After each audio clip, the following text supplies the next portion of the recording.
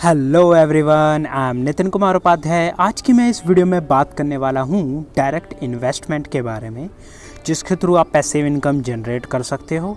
चलो आज की वीडियो शुरू करते हैं। तो आज की जो वीडियो है ये मैं आपको एक स्टोरी के फॉर्म में बताऊँगा, जिसके थ्रू आप चीज़ों को समझ पाओगे, अंडरस्टैंड कर पाओगे पूरे तरीके को कि किस तरीके से आप इन्वेस्ट कर सकते हो, किस तरीके से ये पूरा प्रोसेस चलता है। तो देखो, इस स्टोरी में दो हैं पर्सन, एक है राहुल और एक है साहिल। राहुल के पास बहुत अच्छा आइडिया है। वो अपने फ्रेंड साहिल के साथ मिलके एक बिज़नेस स्टार्ट करता है, लेकिन उस बिज़नेस को स्टार्ट करने से पहले वो सीए के पास जाता है। उसका कंपनी का नाम फॉर्म करता है, उस कंपनी को रजिस्टर करता है और उस कंपनी का नाम रखता है वो XYZ प्राइवेट लिमिटेड। अब ये कंपनी रजिस्टर्ड हो जाती है। अब इस कंपनी को चलाने के लिए उसको कुछ फ़ंड की ज़रूरत होती है, तो अपनी फैमिली, फ्रेंड, रिलेटिव, अपनी सेविंग, इन सब को मिला के वो अपने बिज़नेस को स्टार्ट कर देता है। तो उसको थोड़े दिनों के बाद पता चलता है उसको अपने बिज़नेस को और एक्सपेंड करने के लिए और प्रोडक्ट को मैन्युफैक्चर करने के लिए उसको फ़ंड की ज़रूरत है। तो अब वो सोचते हैं कि फ़ंड कहाँ से आए। तो वो उनके पास फ़ंड के दो ही रास्ते होते हैं, एक होता है डेप्ट फाइनेंसिंग, एक होता है इक्विटी फाइनेंसिंग। जो हमारा डेप्ट फाइनेंसिंग होता है उसमें हमारा आ जाता है बैंक, और जो इक्विटी फाइनेंसिंग होता है उसमें आ जाते हैं हमारा venture capital, angel investor, stock market. तो डेप्ट फाइनेंसिंग में जो बैंक होता है, बैंक से लोन लेना होता है और उसके बदले उसे वापस चुकाना भी होता है, वो भी ब्याज के साथ, इंटरेस्ट के साथ। और उसके बदले बैंक हमसे कोलैटरल रखता है। और जबकि हम वेंचर कैपिटल, एंजल इन्वेस्टर और स्टॉक मार्केट की बात करें, तो हम अगर इनसे फ़ंड रेस करते हैं, इनसे पैसे उठाते हैं, तो हमें इसमें कुछ भी रिटर्न नहीं करना पड़ता। बस हमें अपने बिज़नेस की कुछ हिस्सेदारी इन्हें देनी होती है, अपने बिज़नेस में इनको हिस्सेदारी देनी होती है।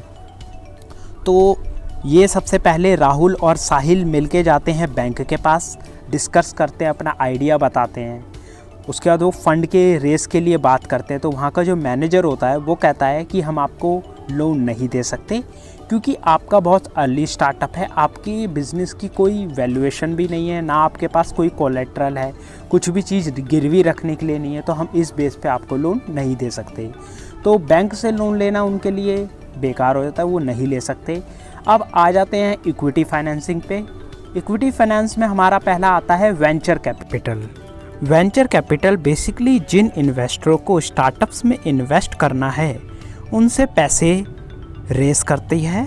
यानी कि जिन इन्वेस्टरों को स्टार्टअप्स में इन्वेस्ट करना है वो अपना पैसा वेंचर कैपिटल में इन्वेस्ट करते हैं और फिर वेंचर कैपिटल इन्वेस्टरों से उठाया हुआ पैसा स्टार्टअप में इन्वेस्ट करते हैं। इसी को कहते हैं वेंचर कैपिटल। इसमें जो इन्वेस्टर होते हैं वो हाई नेटवर्थ होते हैं, वो बहुत ज़्यादा इन्वेस्टर नहीं होते। ये कुछ थोड़े बहुत इन्वेस्टर होते हैं जो स्टार्टअप्स में इन्वेस्ट करते हैं।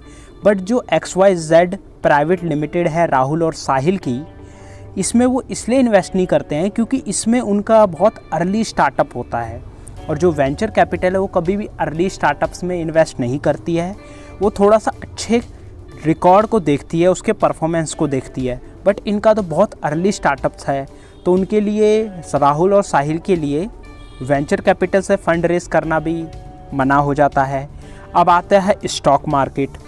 स्टॉक मार्केट में आप अर्ली स्टार्टअप स्टॉक मार्केट से पैसे नहीं उठा सकते, क्योंकि उसके लिए आपका ट्रैक रिकॉर्ड अच्छा होना चाहिए, आपकी बिज़नेस परफॉर्मेंस अच्छी होनी चाहिए कुछ सालों की।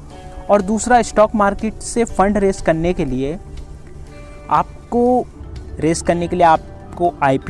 आईपीओ लाना पड़ता है, उसके बाद उसे लिस्ट करनी पड़ती है अपनी कंपनी को स्टॉक मार्केट पे, तब जाके आप फ़ंड रेस करते हो।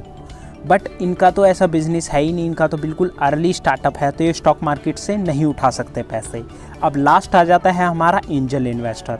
जो एंजल इन्वेस्टर होता है वो एक इंडिविजुअल इन्वेस्टर होता है, वो एक इंडिविजुअल पर्सन होता है जो अर्ली स्टार्टअप्स में इन्वेस्ट करता है। यही वो एंजल इन्वेस्टर होता है जो बिल्कुल शुरू के स्टार्टअप्स में करता है, जो बिल्कुल नया शुरू हुआ है उन स्टार्टअप्स में इन्वेस्ट करता है।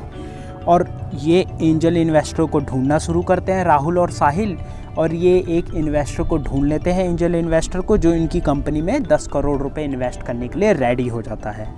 तो जो आगे की वीडियो में मैं इस स्टोरी को कंटिन्यू करूँगा। तो आज की वीडियो के लिए बस इतना ही। तो please like, subscribe and comment. मैं इस वीडियो को और लंबा इसलिए नहीं कर रहा क्योंकि मैंने देखा है उस दिन मैंने 10 से 12 मिनट की वीडियो बना ली, लोगों ने रिस्पॉन्ड ही नहीं दिया। वो आधी वीडियो भी नहीं देख पाते क्योंकि उनके अंदर अटेंशन स्पैन इतना कम होता है कि वो इतनी लंबी लंबी वीडियोस नहीं देख पाते। तो थैंक यू आज की वीडियो के लिए। तो थैंक यू।